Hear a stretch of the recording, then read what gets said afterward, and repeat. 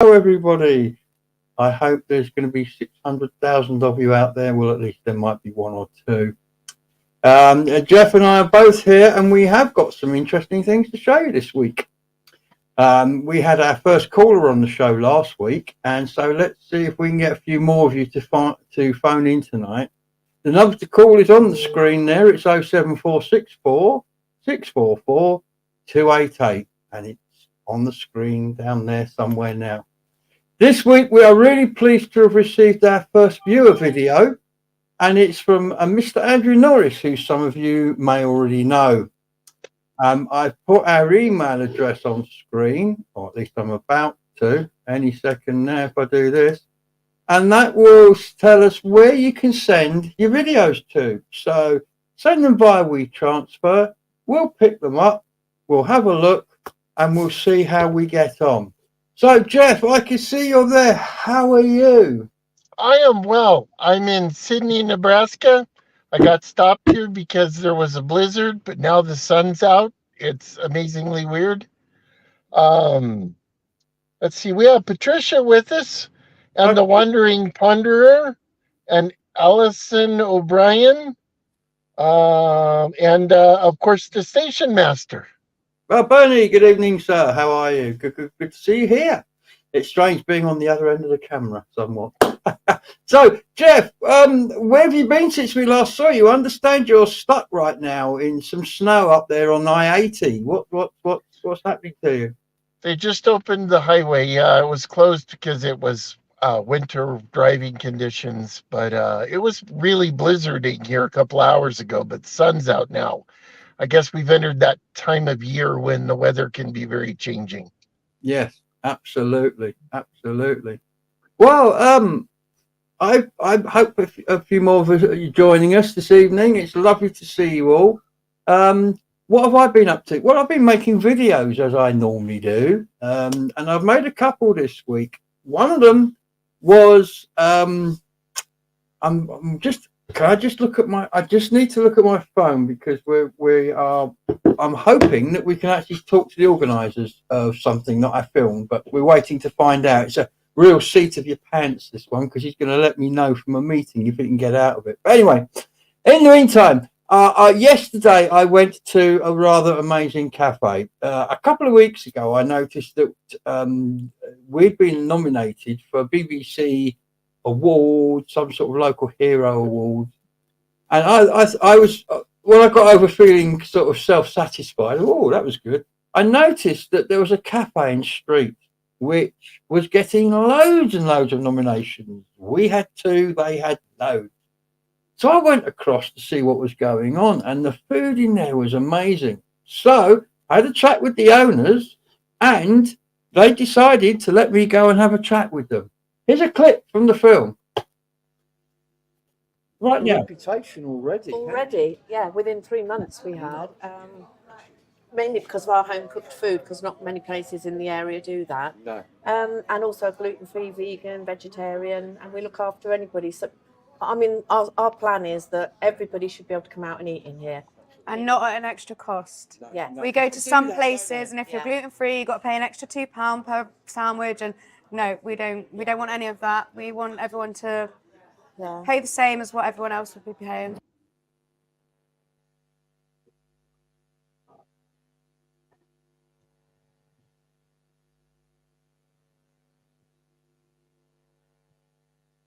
Can't hear you. You need to turn up your mic.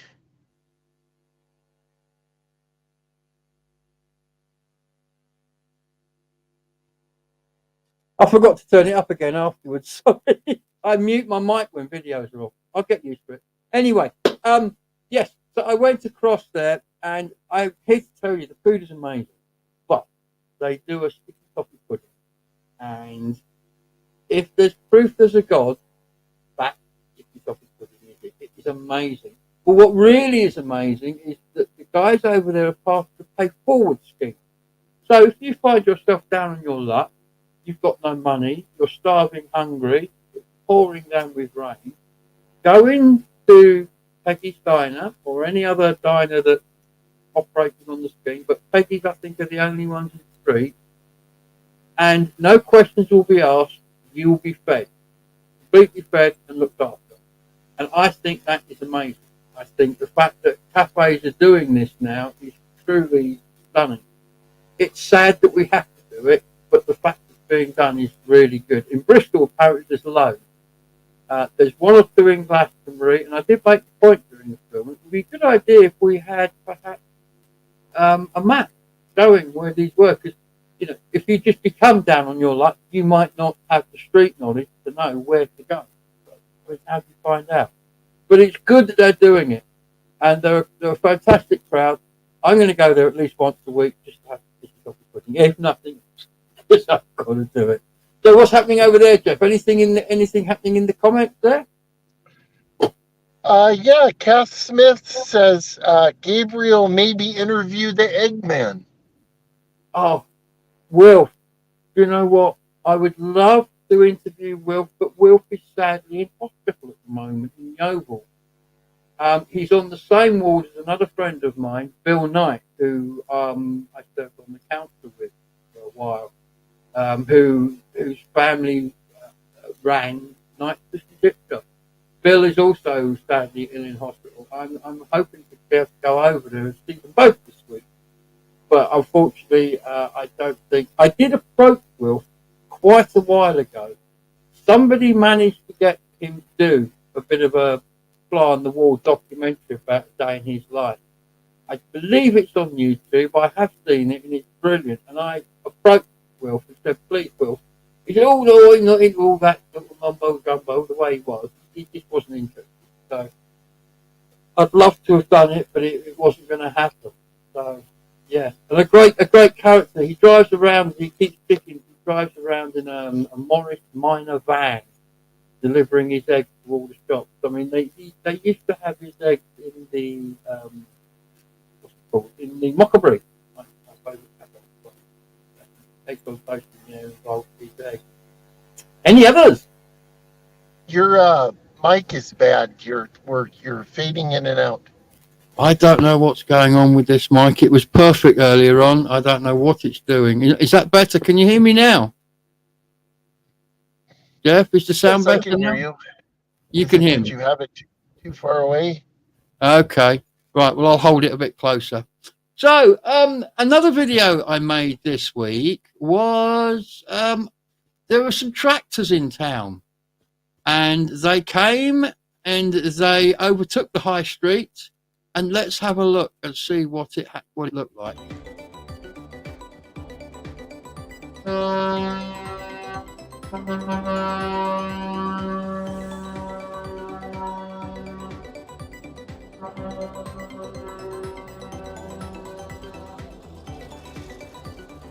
Ladies and gentlemen, a pink tractor! Woo! Hey!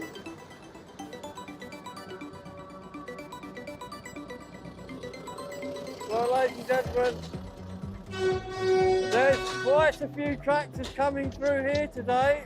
Yay!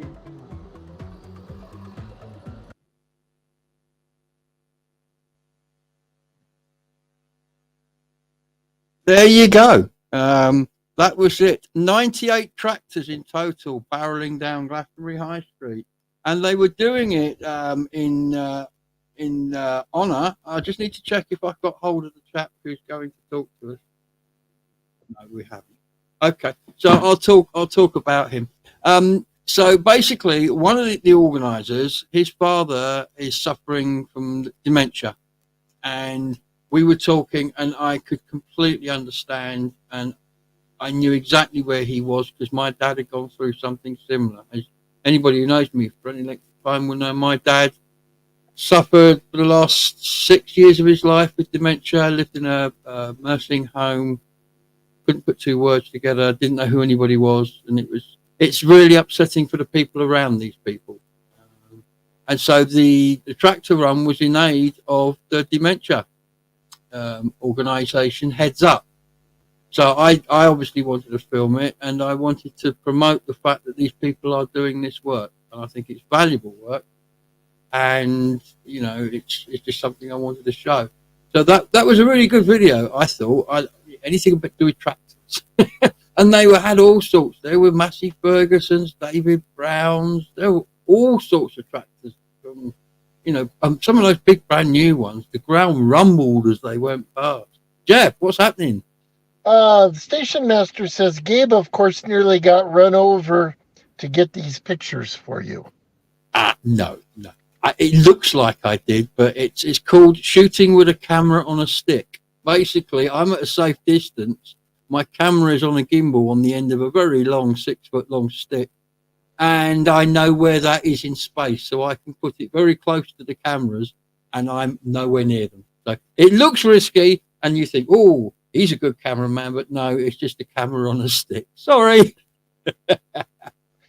Abigail has arrived. She says, good evening, boys. Was making a cuppa. I was making a cuppa. Oh, well, hopefully don't forget tonight, Jeff wanted to ask Abigail something. He's been told, and I don't know if this is true or not, but apparently Scottish people can't say purple burglar alarm. And he wants to know if that's true. So Abigail, if you can hear this and you can say it's an internet meme thing. There's videos of it, of Scottish people trying to say that, and they can't. Okay, well let's see what Abigail has to say about it. If you're there, Abigail, please do. I've got the phone here somewhere. Please do phone in, and we will find out if that's true or not. And the other thing is, of course, Jeff has let rip this week that has a little bit of a fetish. Now, he did ask me not to tell anybody, but you know me, that's an excuse to tell everybody. Jeff has got a soft spot. Wait for it. For Balisha Beacon. Don't ask. I didn't ask. It doesn't get you anywhere. But Jeff, as an American, has a genuine soft spot for the British Balisha Beacon. Am I telling the truth? I do. I think it's a wonderful custom. It's a wonderful tradition to have those. I wish we had them. There's something about them. I guess I first saw them in the old British movies, and I didn't realize that it was actually a thing. And I would be very content just to sit and watch them. Yeah, absolutely. I mean, I have one outside my house, so I pretty much almost could. In fact, I've sent Jeff several pictures of it recently. After which it's gone very quiet for a while, and then he comes back and says thank you. So we call him the Balisha Beacon Kid round here these days. Now, some of you out there will be very aware, if you've watched my videos, of how fond I am of coffee. And whenever I'm doing anything like this, I've always got a jug of coffee. Now, that's no ordinary jug I'm holding in my hand. You all know that as well. I like railways. I like railways and I like coffee. This clip will show you a little bit more about what this is, because it's no ordinary jug. Let me show you this.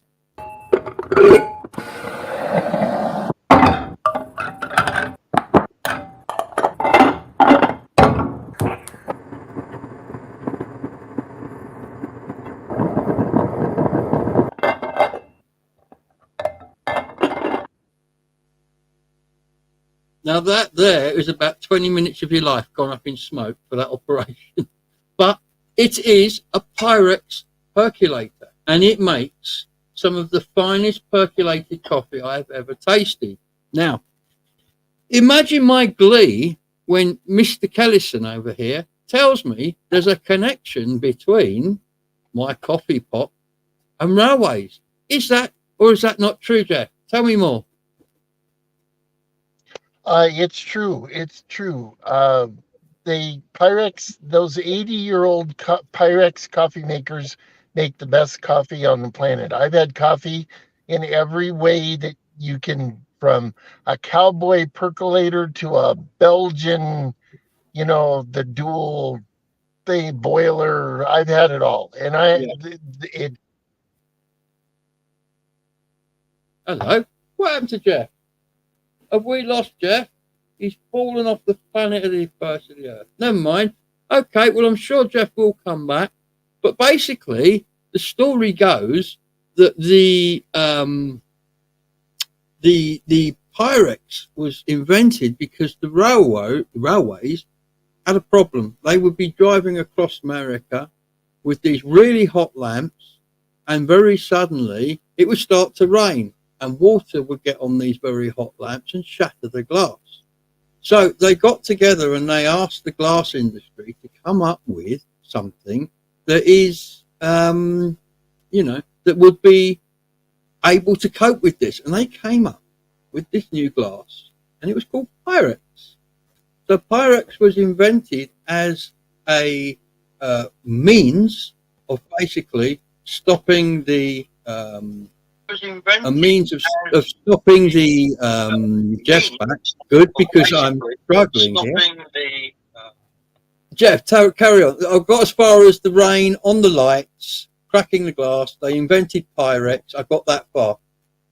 Well, the Pyrex, when a hot kerosene lantern, when the rain would hit the glass, the Pyrex wouldn't crack. So somebody got the idea of making coffee pots out of it. And the idea being that only glass would touch the coffee. And so you wouldn't have the metallic flavor and all that. And they were loved by everybody, but especially the railroad crews. So the Pyrex coffee pots have a railroad connection. And they make exceptional coffee. Absolutely brilliant.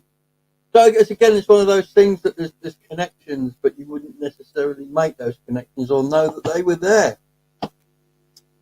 Well, if we move on a little bit, I'm sure you've seen recently, if you've been watching my videos, and I hope you have. If you haven't, then, they're down there. Please link through, go watch them. Maybe subscribe. You'll have noticed that I've done a couple of videos about going away for the day. How far can I get from Glastonbury in a day? Good question. Well, obviously I can go to London because I'm always going to London. In fact, I'm going to London this week. More about that later. But where else can you get to and back in a day and have enough time while you're there to visit the place, not just go in, get on a bus and come home again? So Jeff and I got talking, and we thought there must be more places. But then we thought, no, that's a bit easy. So we've decided to make it a challenge. And we would ask you lovely people to suggest places to see if we can get there. Now, Jeff's about to say something. He's got that look. Go on, Jeff. Can I tell him where my suggestion was for you to go? Go on, because I think we might be coming to it. Go ahead.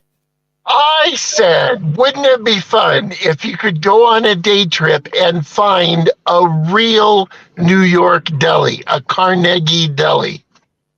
Yes, we did have that discussion.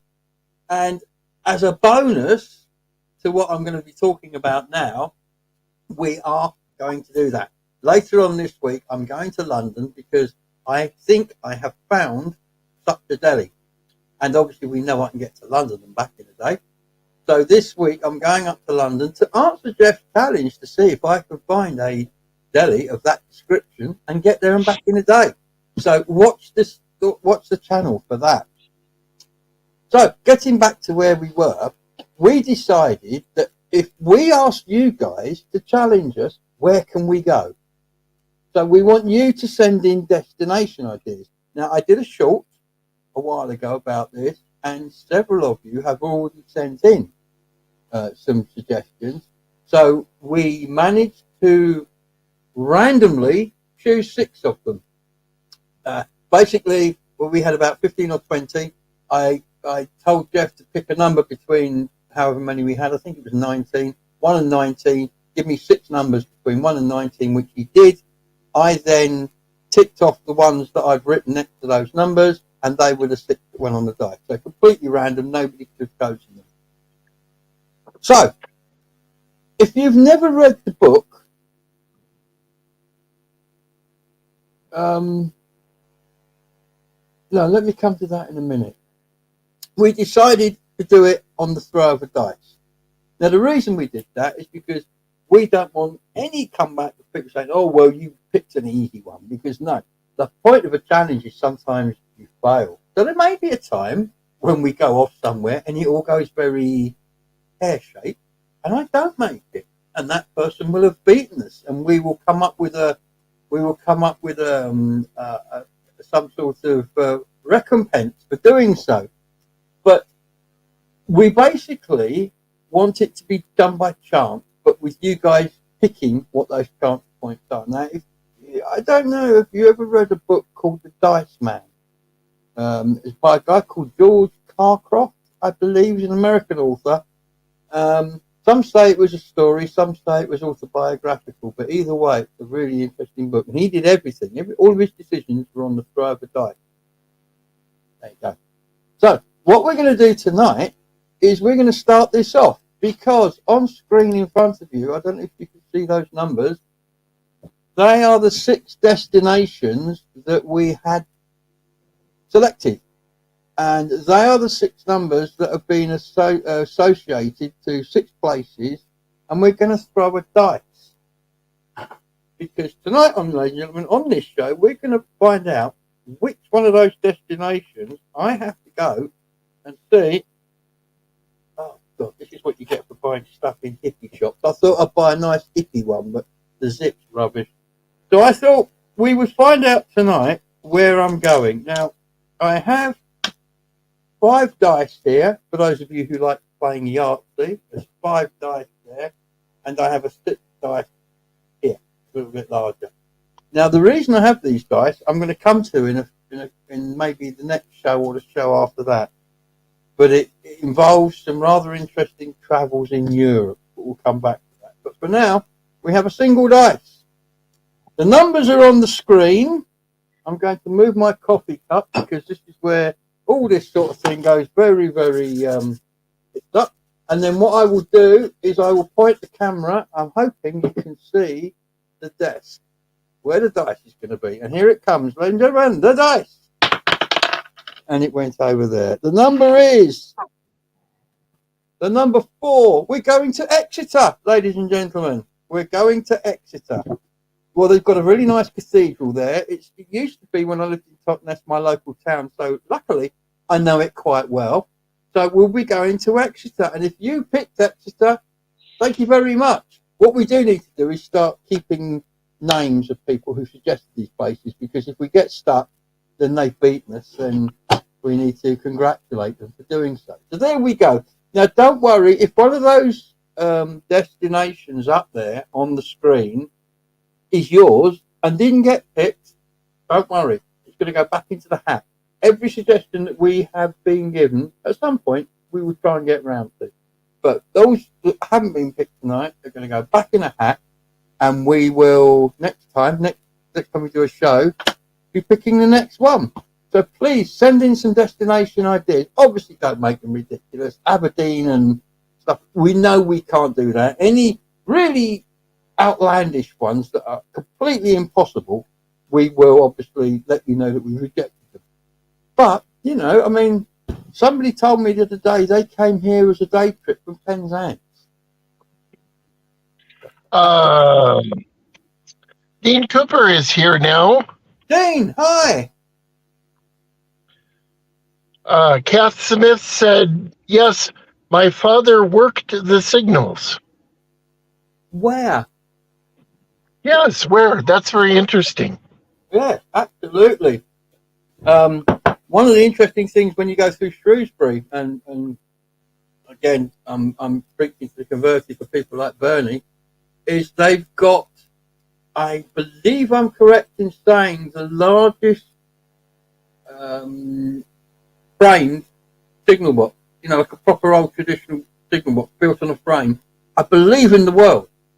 Half of it's unused, but the actual thing is the largest one in the world, and it's incredible when you go past it. It sits in a triangle of track, and it's enormous. This thing, it's a great big long thing. But is there a station house at Alston? Where, sorry? Alston? Austin? Alston. Alston? Alston. I don't know. I'd have to look that up.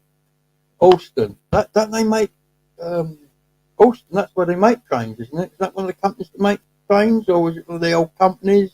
I'm not up on modern stuff. I know more about the older stuff. But, Kath Smith says, you're welcome at mine, Gabriel.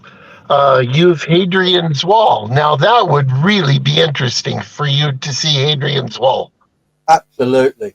Now, I've been to Carlisle, went there with my mum, but we never got as far as the wall because we travelled up on the Circle Carlisle. But yes, Hadrian's Wall. And of course, and Kath says the Flying Scotsman frequently passes. You could actually show them your Flying Scotsman watch. That's very true. I do have one, and I could show it to them. Abigail says it's been refurbished beautifully. Yes, it's just had a major overhaul. I was telling you the other day, Jeff, that these steam engines, every so often, they have to completely take them apart, every nut and bolt, and rebuild them. And Flying Scotsman had one, and then it came out and had a little dink up in Scotland. I believe it was a coupling episode. He went into the buffers a bit hard. Yeah. Morrigan Witch says Cornwall, and Kath Smith says I vote Cornwall also. Now, Station Master says, flying the Scotsman, to be honest, doesn't really do much for me. I'd be much more excited to get a trip to WEMYSS.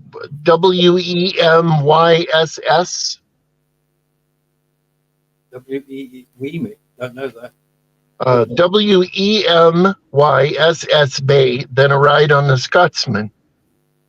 Well, no, you see, some people, I mean, the Flying Scotsman to steam engines is what Venice is to the tourist industry. You know, I mean, it is so touristy now. Hello. It is so touristy now. We have a phone call coming in. Good evening, you're through to Tuesday Live and you're speaking to Gabriel and Jeff. And goodbye again. They obviously changed their mind. We have Ian with us again tonight. I'm very happy that you're here, Ian. And Station Master says Alston is a small town way up near Hadrian's Wall. Carlisle is not far away. Ah, okay. Because hello, let's try again. Hello, you're through to the Tuesday Live show. Who's that then? Hi, it's Abigail, so it is. Hello, hen, how are you? Fantastic. Now, before we go any further, I've got to ask, because there's a man who rather loves Balisha Beacon sitting a million miles from me, but he's on screen now. He wants to know, is it true that Scottish people can't say purple burglar alarm?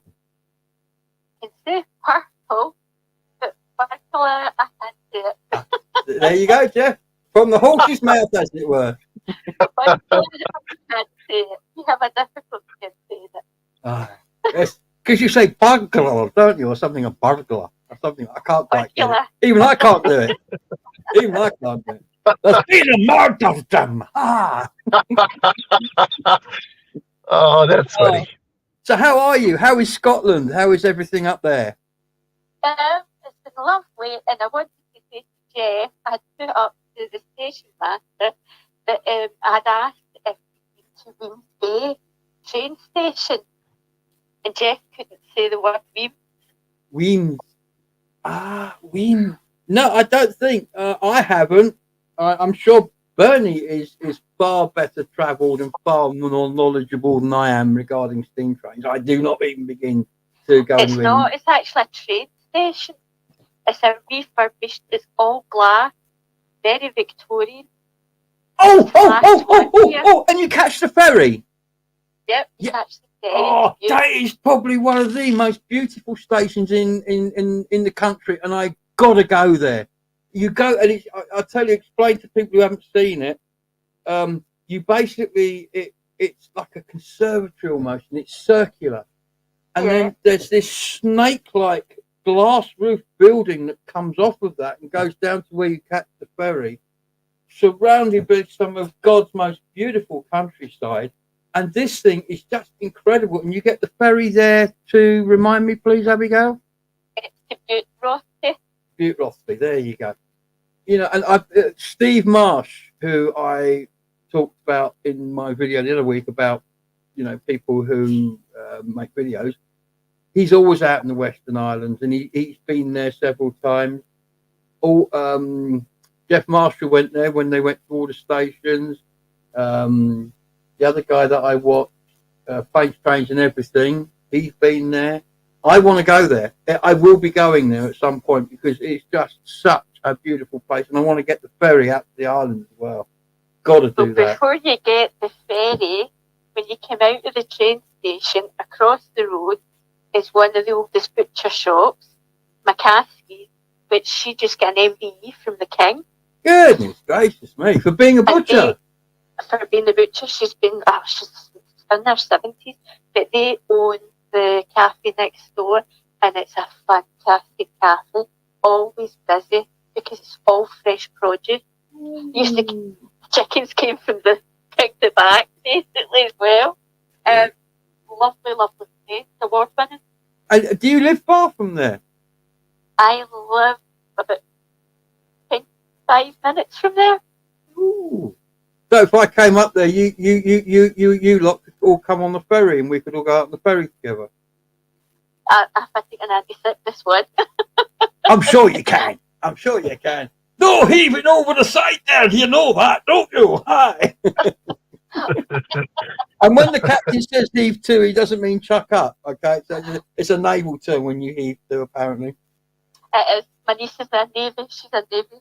She's Navy. Oh, is she? She's a passer. Was she in the Royal Navy? She passer? Yes, she's Royal Navy. Yeah, I knew some people down in Portsmouth or Pompey. They were all passers. Yeah, they knew how to drink. Home. Eh? Yeah, she's back up home now. She's in Faslane. Oh, she's in Faslane, up the submarines. Yep. Oh, because I mean, they know how to drink, those boys and girls in the Navy. The ones that I know can, anyway. Yes, I've heard stories. Yes. Yes. And they're all true. Right, well, we're in for a treat later on tonight because last week you were our first telephone guest. This week we've got our first video coming up from the wonderful Andrew Norris. Do you know Andrew? No, I don't think so. Oh, a very clever man and an artist, but he's done us a lovely film tonight, which I'm looking forward to showing everybody. Oh, glad. I'll be watching that with joy. You will be. You will be. Anyway, Jeff, let me. I'm hogging the lovely Abigail. Would you like to speak to her? It's wonderful hearing from you again. It's always a pleasure. It's a pleasure to hear lovely dulcet tones, Jeff. Have a lovely day in America. Thanks, Abigail. Right, bye, Gabriel. Bye-bye. Talk to you next time. Bye. Okay, bye-bye. Well, that was fantastic. That was a lovely Abigail. Made Jeff's day because he now knows that they can't say those words. Beth Smith says, when I was a child, I used to hop on a train and the porter at the other end would put me back home. There you go. I mean, that was what it used to be like. I mean, oh man, it's all changed and not for the better. Not for the better. Anyway, we mentioned. Carry on, Jeff. I'll interrupt. Kath Smith said, sad it was cut down, but the culprit is still not found. She must be talking about the tree at Hadrian's Wall. Yeah, the tree. Now, the tree, I've forgotten what it was, but apparently we've got a tree guy here in Glastonbury who is known as a tree expert nationally. And I was talking to him, and apparently, I can't remember, my memory is like a sieve, but that particular species of tree really likes being cut back hard. In fact, traditionally, they did that to them. They cut them back and they regrow. So that tree will actually come back to where it was but be twice as strong as it was before. So yes, it was rotten, and I hope the people who do it rot in hell and their bits fall off. But the tree itself will live to fight another day, which is a good piece of news. And in fact, I think I've seen pictures of it already with new shoots coming out of it. It's already thrown new shoots. Kath says Bamberg Castle is gorgeous, and Station Master says went there too, though didn't go inside. All my videos on my channel. Yes, the Station Master's Choice Walkumentaries. He is a recommended channel here. I watch all his videos. I would say the very best video that he ever did had to be the one where he went and toured all the cottages where they made the pearl buttons. I enjoyed that one. I don't know what it is about that video, but that video resonated with me. Yeah, he does a good video. And I must admit, the little boy in me quite likes this new series of toy train videos he's doing. Because obviously he has a model railway. And I'm hooked. I think the other video that I really enjoyed was the one where he went and showed the places that he had been when he was growing up, like his aunt's house and his cousins, and I really enjoyed that one too. Yes, and so anybody out there, go on.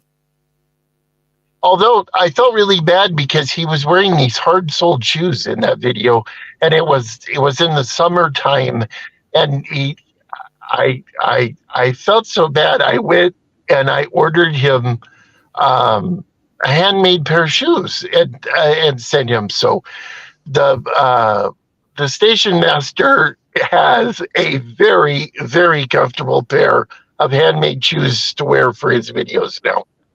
Anything like these? Yeah. Yes, exactly. Yes, except he opted for black, I think. Tell the ladies and gentlemen the history of these, because these there's a story behind these, isn't there, Jeff? Those are Romeo's, and they're Romeo shoes, and they were worn by all the loggers in Seattle. When they weren't logging, when they were off from work, and you would go in, and they had these boots that were called corks, and they had spikes on the bottom of the boots to walk on the logs. And when you had your pair of corks made, they would make you a pair of Romeos for a little bit extra. And that's the story. And I've got to say that these shoes, when they arrived, went on my feet and have not come off really. They are just gloves. They really are the most comfortable pair of shoes on the planet, aren't they? They really are. I mean, you don't know you're wearing them. They're just brilliant. Absolutely brilliant. I love them. I love them to bits. And this Ian says, in Liss, Hampshire, where I live, we have a glass train station. As they knocked the Victorian station down, they were going to do more on the Waterloo line to Portsmouth. Yeah, they do a lot of that. They do a lot of that. Sometimes I find modern stations on British Rail are at the very best soulless, and that's if you're being generous. I mean, if you look at Jeff Marshall when he goes to some of these stations, it's like a concrete platform on that side, concrete platform on that side, prefabricated iron and glass shelter if you're lucky. There'll be a waste bin, there might be a help point, there might be a car park, and some iron railings, and that's it. Forget staff, forget a station building where the station staff hang out. It's literally just a place along the rails where they put concrete and metal so that people can get off and on the train. And as for the design, I mean, if you want to see some beautiful railway stations, you've got to go to Europe. You've got to go to Europe. There's a couple over there that are just mind-blowing, absolutely mind-blowing. And we do our own good stations. I mean, St Pancras is a favourite of mine. Wimish, the one we were talking about up in Scotland, is gorgeous. But there are some not very good railway stations. It's sad to say. Station master says Jackie and I are off to Fort William in July. There you go. Scotland, Loch Ness, the monster. The monster. Yeah, we were going to do a piece about John Cobb tonight, but we're going to bring you that another night because it's a story that Jeff wanted to run with about John Cobb. But we're having a bit of trouble licensing the film we want to use. Apparently, even though it's way beyond its sell-by date, Pathé make you pay for it, and they wanted £75 for a little clip like that. So we couldn't justify that. So we're going to find other ways of finding what we need, and then Jeff will bring that story. But the question is, did John Cobb hit Loch Ness Monster? That's the question. Oh, the Ponderer chimed in. He said, Romeos are tops. I never had shoes so comfy in my life. Thank you again, Jeff. Yes, these poor people that make these walking videos. Yes, they all got Romeos. Yes. That's brilliant. I will tell you now. I mean, look, they've now got, these are the soles. Can you see the Vibram sticker, ladies and gentlemen? That's because they've been resold. This is the third pair of soles I've gone through. I've walked miles in these boots, and they're as good as the day I first put them on. They really are. I can't fault them. Fantastic. Any other comments before we move on there, Jeff?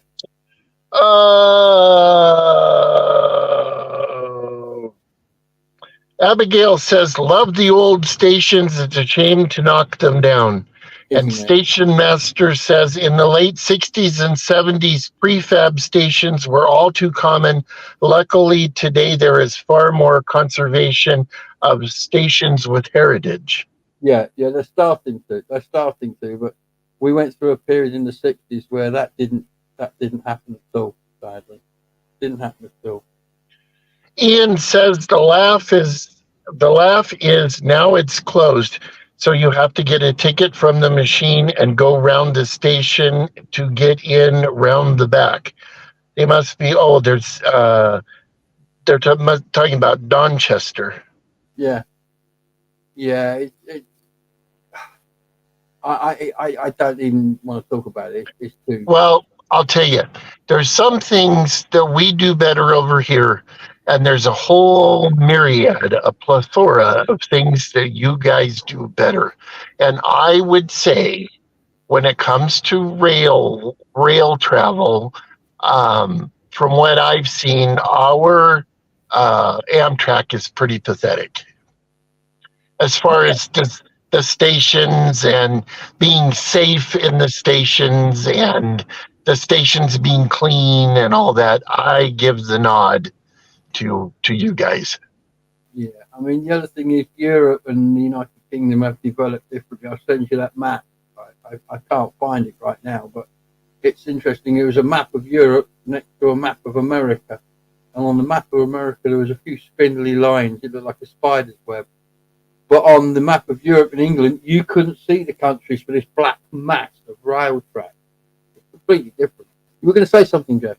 Yes, I was going to say, if the people watching, if they see me put my finger up, it's because I've done live television, and that's what you do on live radio. You put your finger up when the comments get ahead. So if you see me put my finger up, that's what's going on.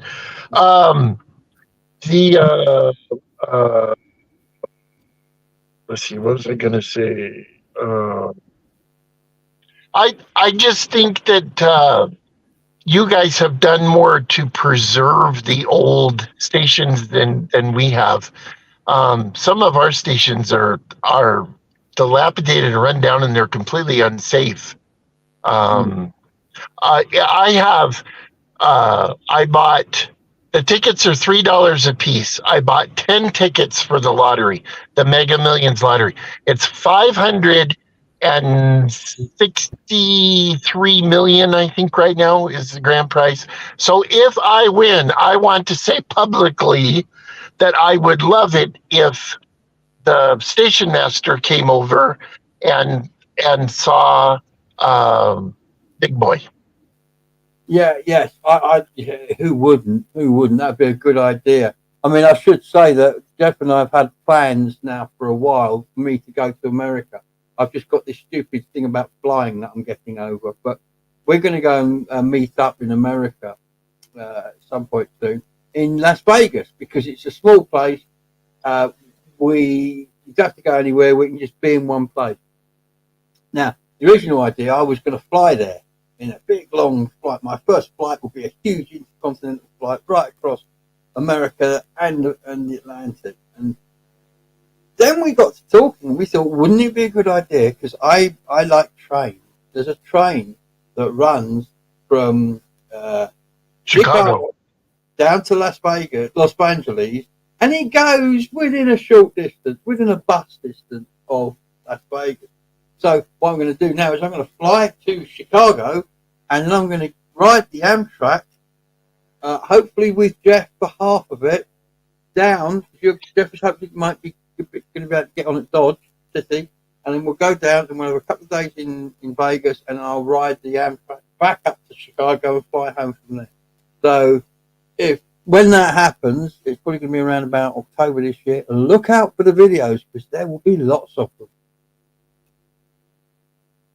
Anyway, I've been looking forward to this. We've got a film to show you. It's the first film that we've had come in from a viewer, and it's come through from Andrew Norris. Have we seen any sign of Andrew? Is he with us tonight, Jeff? No, I have not, and I'm very, very, very sad because obviously we're going to show his video, and we wanted him to be here. But the thing is, you have to remember about him is he has his finger in every pie in Europe. I mean, he's a published author, an artist, a sculpturist, historian. I mean, you name it. So he does a lot of stuff. But he's also, I believe, in the UK, because wasn't he on a ramble last Sunday? I saw he was in the UK, so he might not be at home at the moment.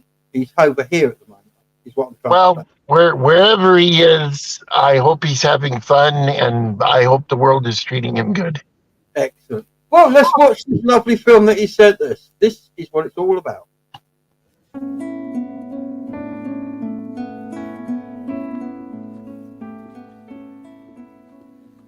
Hey there, Jeff and Gabe. Gabe, you asked for people to send in recommendations of particular YouTube channels that they like, and there's one that I particularly like. I'll explain why. It's called Ghost Town Living, and it's set up by a chap called Brent, who bought an abandoned silver mine in California.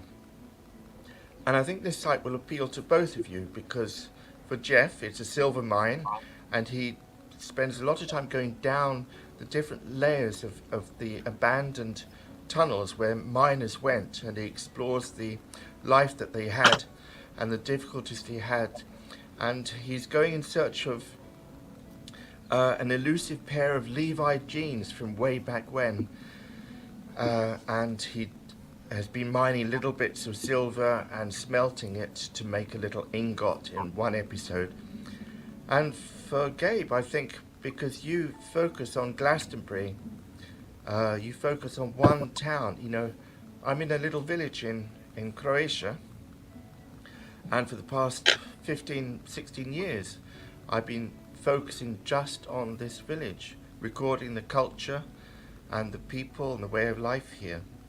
But this channel is, I've been following it now for nearly 4 years when it started up, and it's infectious, the passion that this chap has. He's trying to restore a lot of the old structures.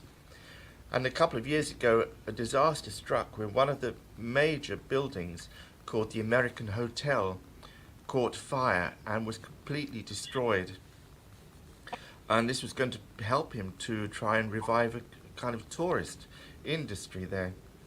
But what he's been able to do is quite remarkable, to get people to volunteer to help, despite being up in the mountains and often inaccessible. A couple of times they've had tremendous rainstorms that have just washed away the road. but his passion is infectious, and he's managed to get lots of people to help him, and he's rebuilding the American Hotel. He's putting in a recording studio in one other structure, where the miners used to live, where the miners used to hang out, even the brothels. He's restoring, but not for that purpose. But it's a wonderful channel. It's called Ghost Town Living. And I think he set up a second channel called Ghost Town 2, where he compiles a number of videos together. But what a great guy, and what a wonderful channel. So check it out.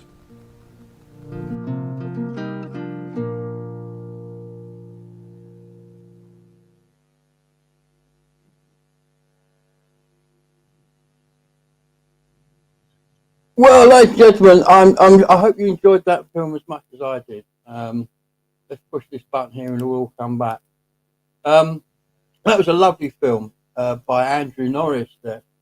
Now, please feel free to send in your phone clips, 30-second long phone clips, film productions, anything you want, any videos that you've got, you want to send in to the station, channel, whatever you want to call it, please do. And the address is on the screen now at Glastonbury Gabriel at gmail.com. And use WeTransfer and we will put them out. Now, those of you who know the channel, who live in Glastonbury, before you get started, let me get caught up on comments, okay? Because they are piling up.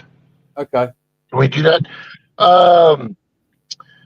Station Master says Penn Central is a cathedral. Yes, it is, but it is not safe. No. Kath Smith says it's awful you can't get a train to Glastonbury anymore.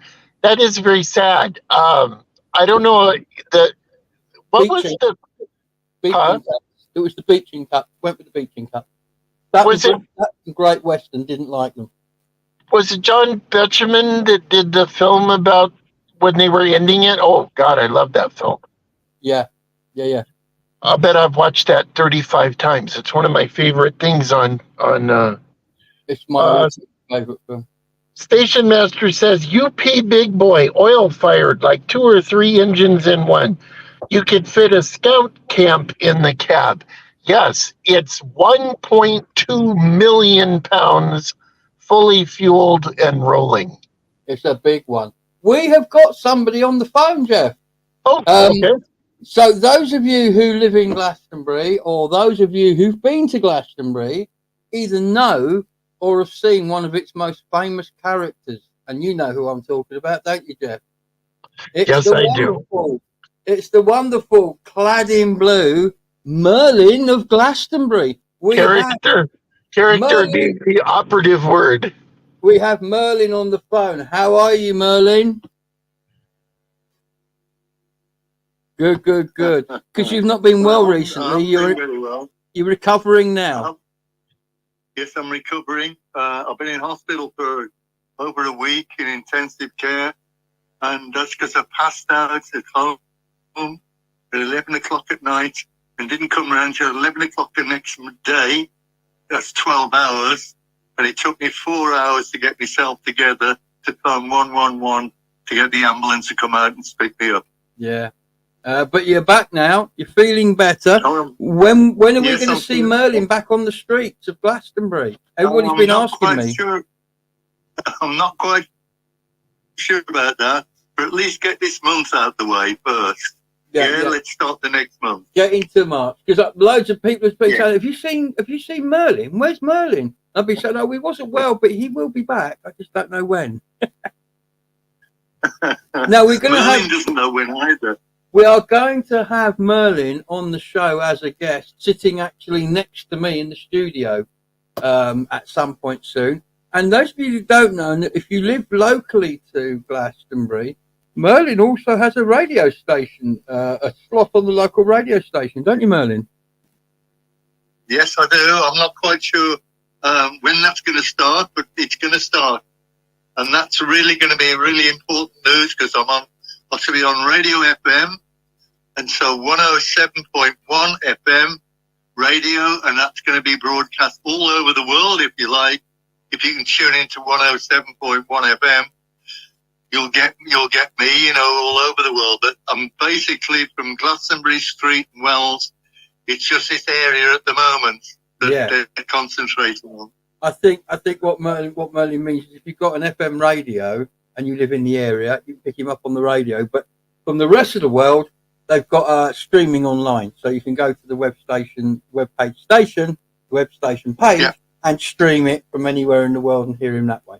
Sadly, FM doesn't stretch that far, does it, Merlin? No, it doesn't. No. But it's great to hear you, and I'm sure because there's a few people here tonight watching and listening. We'll be glad that you're out and about because you're known to not just people of Glastonbury. You're known all over the world now, aren't you? I mean, people come from all over the world and have their picture taken with you.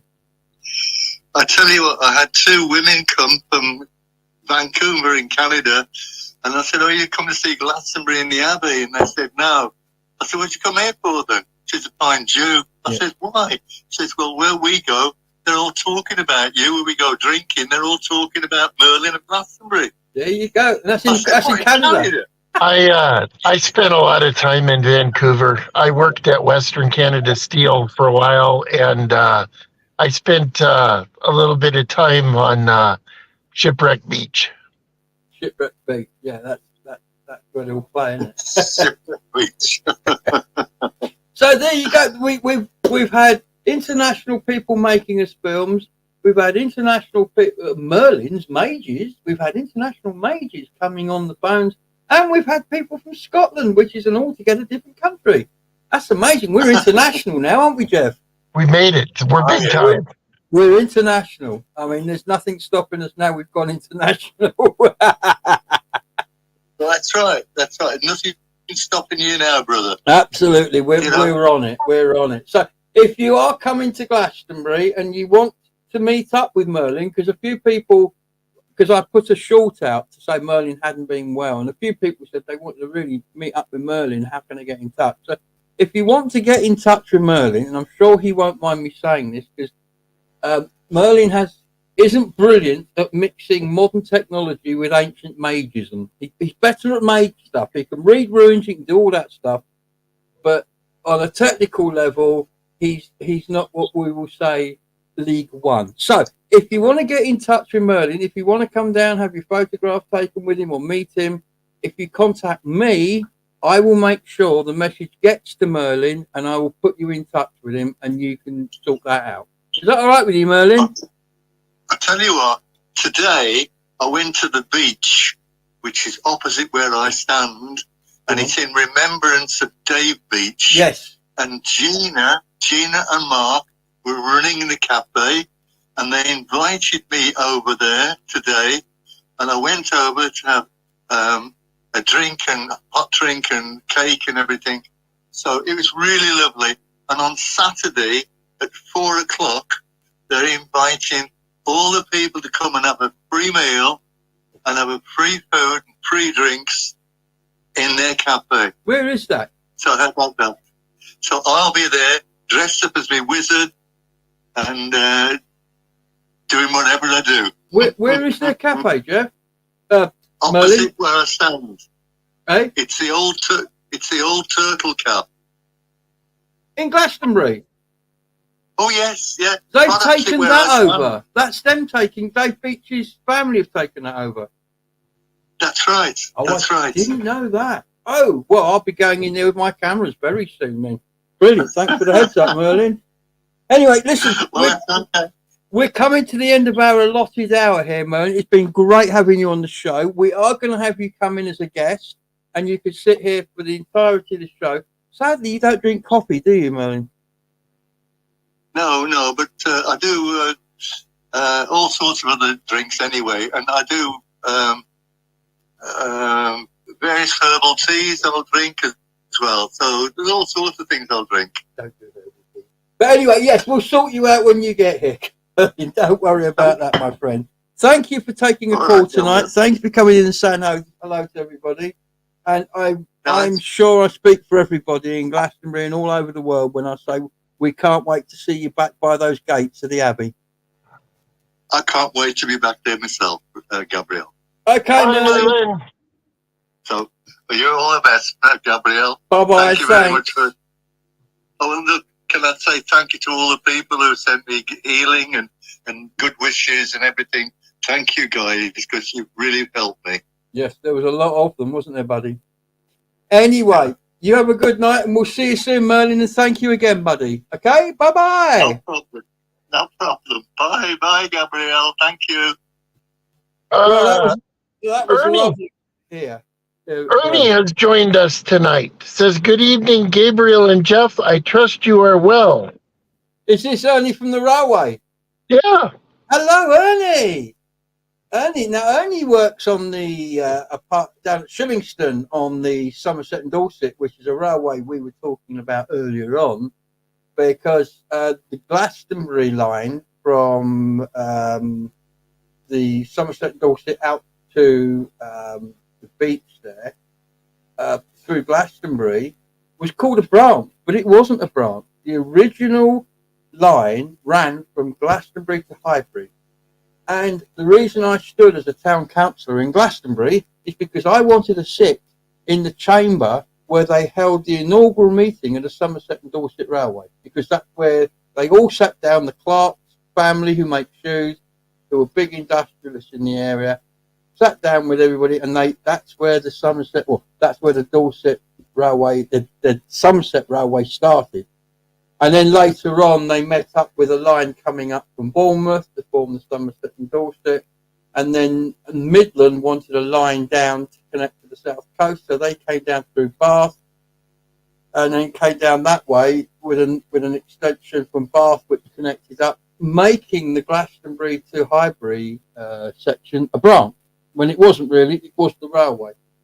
And Ernie is down at Shillingston on the Dorset part. Came up to me. So yes, that's my favourite railway there in the world. I love it. I've walked most of it, of the branch. I've walked or cycled pretty much all of the branch several times because I love it so much.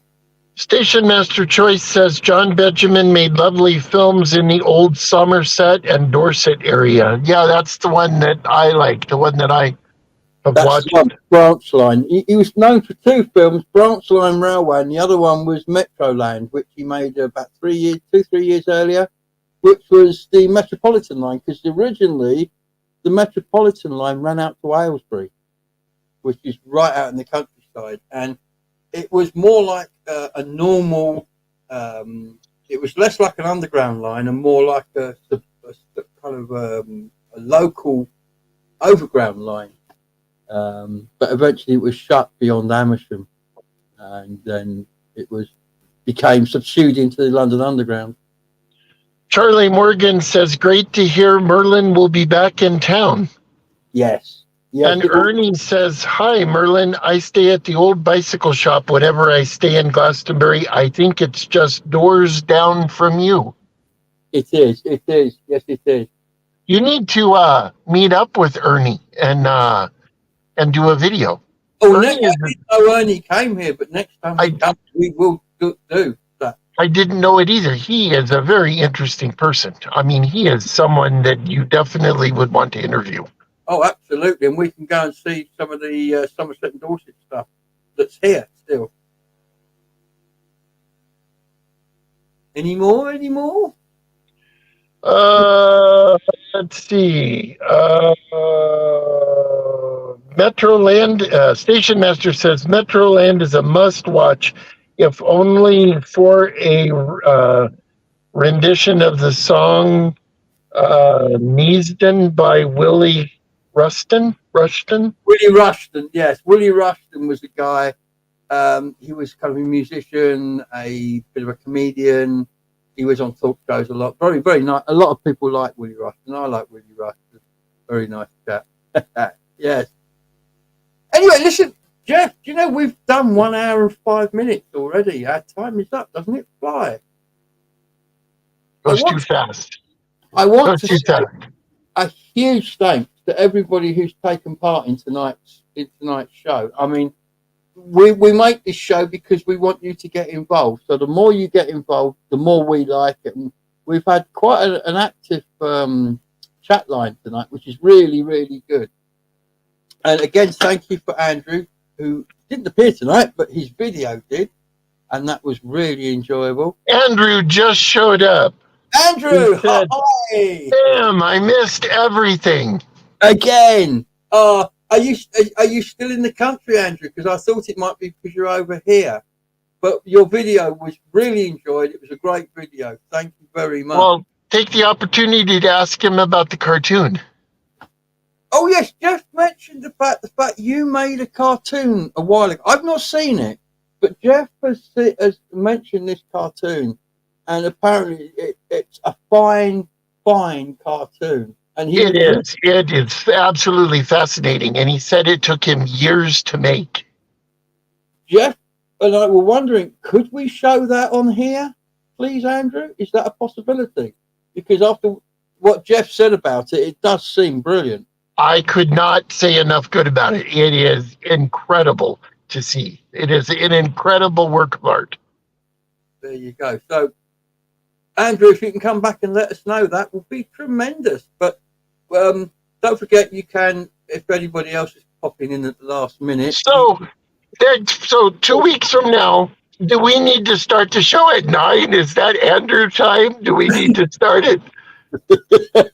Yes, we will actually finish at 9, and then we'll start a new show when Andrew turns up at 9. Okay. We like to be inclusive here. We do like to be inclusive. But yeah, so if like Andrew, you come in late, don't worry, because these things are then, after a short period, they go up on the YouTube channel as under the short heading, and you can go back and watch this entire thing again. I go back and see it just because I can't see it while I'm doing it, and I like to watch it to see what I did wrong and what I can improve on. Andrew says, cartoon, did you mean my animation of the white horse? Yes, that is exactly what we mean. The animated cartoon that you did. It is unbelievably beautiful. There you go. Well, hopefully Jeff is negotiating on our behalf to get Andrew to let us watch this apparently stunning cartoon, which I'm really hoping is successful, because Jeff has gone on about that for quite a long time since Andrew sent us this video, which he sent us a couple of weeks ago. Jeff's just been going on about, we've really got to get this amazing. I've not seen it, so I can't comment. But Jeff is insistent that this is a brilliant thing, and we've really got to see it. So hopefully we'll have it for the next show if Andrew gives us the go ahead, and if he does, then there'll be nobody happier than me. The Wandering Ponderer says the show is getting better every time, boys. Thank you very, very, very much. That means a lot coming from the Ponderer. For those of you who don't know, the Wandering Ponderer has his own channel. He makes videos, and they are incredibly good. Some of them, the one, my favorite of all time had to have been the one that he did about the RCA dog, the little Nipper. I love that video, but they're all good. He lives in Coggeshall, which is a very small town, and he wanders around and does videos in his town, tells the stories of the people and the buildings and the places. They are always good. They are always out on Saturday mornings, and they are well worth seeing. Absolutely. Talking about videos, we got a few hopefully interesting ones coming up here soon. I'm just going to run through a few of them. Obviously, Jeff has challenged me to find a deli. I'll be filming that this week. That will be coming out soon. A sweaty window deli, one that's got steamy windows and real bologna and real pickles in the barrels, real deli. And I've got to go in there with a noisy accent. And have cheesecake. Yes. Cheesecake and all these things. So that's coming up. We are working with the Queen of Cups to interview Aisha, the chef. Unfortunately, I'm working with Vicky, and Vicky, the dates we had suggested were Wednesdays, and they didn't work well with Vicky. So I've got to go back in and see. I'm going to do it tomorrow. I'm going to see Aisha tomorrow. I'm going to get a different date, and as soon as we can get that date, we'll get in there. Tomorrow, the video of the cafe in Street is coming up. the video about Peggy's Diner. That's so nice, the people in there, and the food is amazing, and the sticky toffee pudding is gorgeous. So that's coming out tomorrow. Jeff, over to you. Andrew Norris just chimed in. He said, of course, yes, I can send you the animation. It is a work I am very pleased with. Oh, brilliant. That's made my day. I'm really looking forward. Thank you, Andrew. We will have that. So in 2 weeks' time, ladies and gentlemen, do not miss this show, because we will be featuring Andrew's animation of the White Horse, wasn't it, Jeff? Yes. Excellent. So we'll have that in 2 weeks' time. That would be brilliant. Any other videos we've got coming up? Yes, I've got a few things coming up. Obviously, the challenge. I'm going to go to Exeter at some point, and I suspect I will probably see if I can get down to the tunnels. There's tunnels in Exeter, very, very ancient tunnels, which I'm going to try and go down, and possibly the cathedral, maybe the cathedral. But let's see when I get there. We will probably get that done next week, so it'll be up and ready before the next show. Don't forget, we need you to keep sending in destination challenges. Jeff?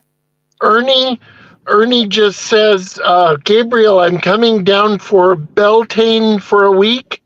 Let's meet. Let's do that, because Beltane, we obviously have big Beltane celebrations in Glastonbury. Normally, our biggest film of the year, we get 67,000 views for that. When is Beltane? Beginning of May. First day of May. So it's not long away. What are you thinking, Jeff? You've got a thought? This is just Balisha Beacon's thinking head he's got on now. Look. No, I don't. Well, I picked up a couple watches at various flea markets in the last couple weeks, and I was just thinking if you were going to meet up with Ernie, but that's not enough time. They need to be completely overhauled. They need new dials. And another time, we'll talk about that another time. Yeah, okay then. But yes, it would be lovely to meet up, Ernie. Ernie already has a railway watch, which if he has with him, we can compare watches when he gets there. He does. He has a very, very, very nice watch. It was made in 1913, I believe, in Lancaster, Pennsylvania. It's a Hamilton 992B. Yes, I have a 992B. In fact, I can probably reach in my drawer, and there's probably not many Brits that can do this. I don't know if I can in the dark. I can't see it. But I have in here a 992B somewhere, and I don't think I can do it because it's dark and I can't find it. But yes, I have a 992B movement somewhere. And we're also looking. We were talking. I can't remember how we were going to do it, so I'm not going to mention anything. But Jeff and I were talking about maybe having watches to give away at some point soon. I can't remember what we're going to do, so we're not going to mention much tonight. But there are going to be some watch giveaways coming up at some point, because we've got some left. I'll have to find that another time. But yes, I eventually, I will be doing. We'll be restoring at least a couple of more additional old railway watches for. But we also have these, which I'll quickly show the ladies and gentlemen. These are nice little movements. They are automatic movements. There's one in there. Show it. That's the movement. You can see the. If I do this, you can see the weight moving around. See that? And that's where the hands would be on the other side. A skeleton movement, nice little movement. They come with some nice cases that we have here. And at some point we're going to build these up, because we were formulating an idea the other day for how we can have a bit of a competition. So we'll be doing that again soon. And of course, who knows, if you challenge us and beat us on a challenge, who knows? A friend of mine, the station master says a friend of mine just got a London, Brighton, and South Coast Railway numbered watch, case by Dennison, but movement by Waltham in 1888. I'll bet it's an 18 size. I'll bet it's full plate, and I'll bet it's a beautiful watch. But it isn't as nice as your 60 hour. It's not. It is not. In fact, I think I've got one of those full plates somewhere, haven't I? Floating around. I think I have. Yeah, I think you're the watch that the Flying Scotsman is a 18 size full plate, isn't it? It is. It's either that or an Elgin, one of the two. I can't remember. That's an 18 size full plate. Yeah, definitely. Yeah, no, the station master is an Illinois Diamond Edition 60 hour. Yeah, It's quite good.